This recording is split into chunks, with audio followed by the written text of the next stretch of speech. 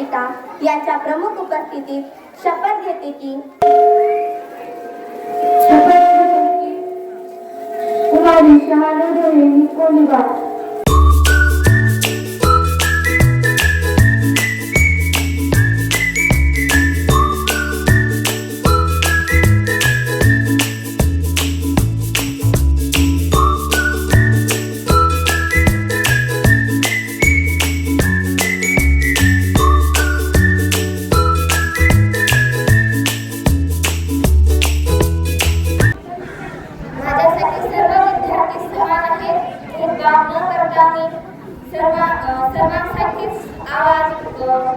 सर्वांचाच आवाज बनेल म्हणून आम्ही एक संधी मागत आहे.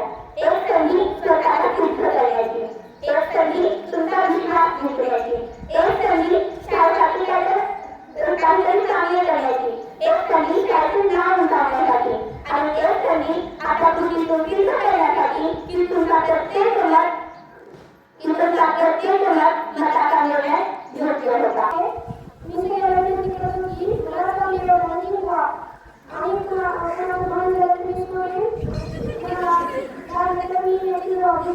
धन्यवाद.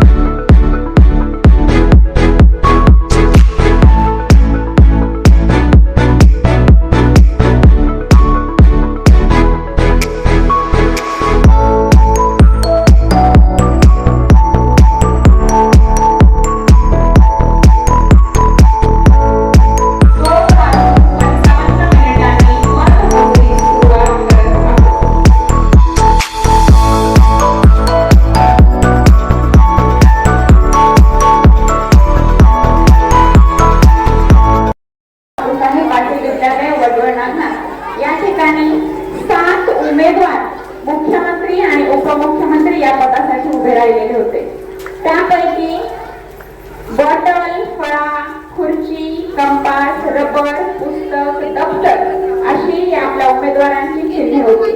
आता आपल्या पुढे कुठल्या चिन्हाला आणि उमेदवाराला किती मतं पडली आहेत ते आपल्या पुढे जाहीर करते आहे. सर्वप्रथम रबर सदानंद आलुरे वर्ग 8वा 2 मते.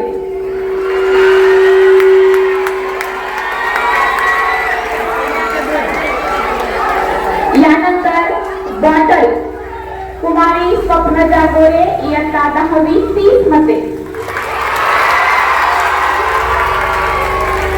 यानंतर कंपास नरसिंग कांडपल्ले इयत्ता 10वी 38 मते. यानंतर खुर्ची इकरा उस्ताद 39 मते. यानंतर फळा अर्शान शेख 39 मते.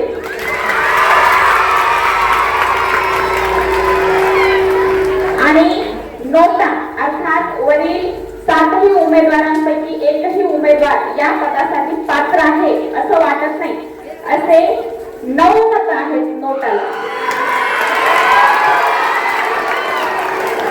आणि आता तो क्षण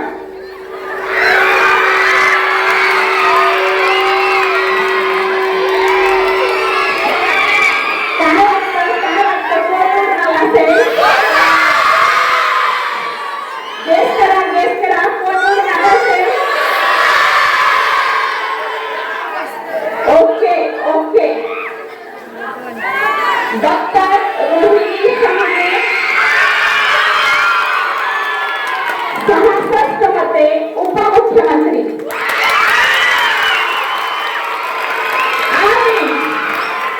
आणि सुमारे 71 मतांसोबत कुमारी सिमरन मुजाहिद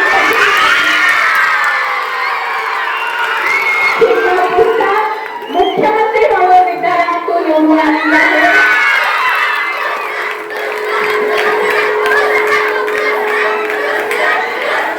सर्व विजयी उमेदवारांचं सहभागी उमेदवारांचं विद्यालयाच्या वतीने हार्दिक अभिनंदन.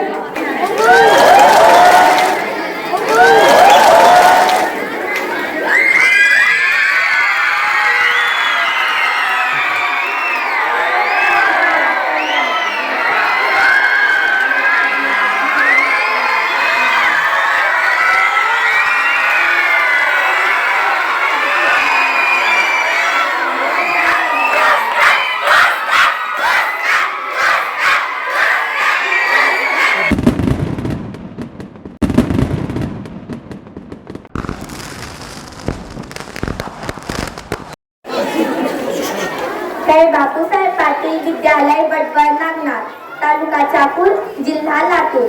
माननीय श्रीमती धनाश्री मॅडम मुख्याध्यापिका यांच्या प्रमुख उपस्थितीत शपथ घेते की मी कुमारी सिमरन मुजाहिद पठाण शाळा कैलासवासी बापूसाहेब पाटील विद्यालय वडवळ नागनाथ इयत्ता 8वी मध्ये शिकते. मी संविधान साक्ष शपथ घेते की मी आपल्या विद्यालयाची मुख्यमंत्री म्हणून माझ्या विचारार्थ आणली जाईल आणि मला ज्ञात होईल अशी कोणतीही बाब जी मुख्यमंत्री पदाची गरिमा नष्ट करेल ती बाब जाहीर करणार नाही.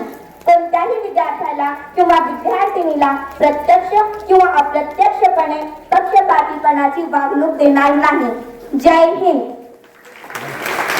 मला बहुमताने विजयी केल्याबद्दल तुम्हा सर्वांचे मनापासून आभार. मी नेहमी तुमची ऋणी राहीन आणि तुम्ही जे माझ्यावर विश्वास दाखवलात ते साथ करण्यासाठी नेहमी प्रयत्नशील राहीन. धन्यवाद. विजय केल्याबद्दल सर्वांचे खूप खूप आभार.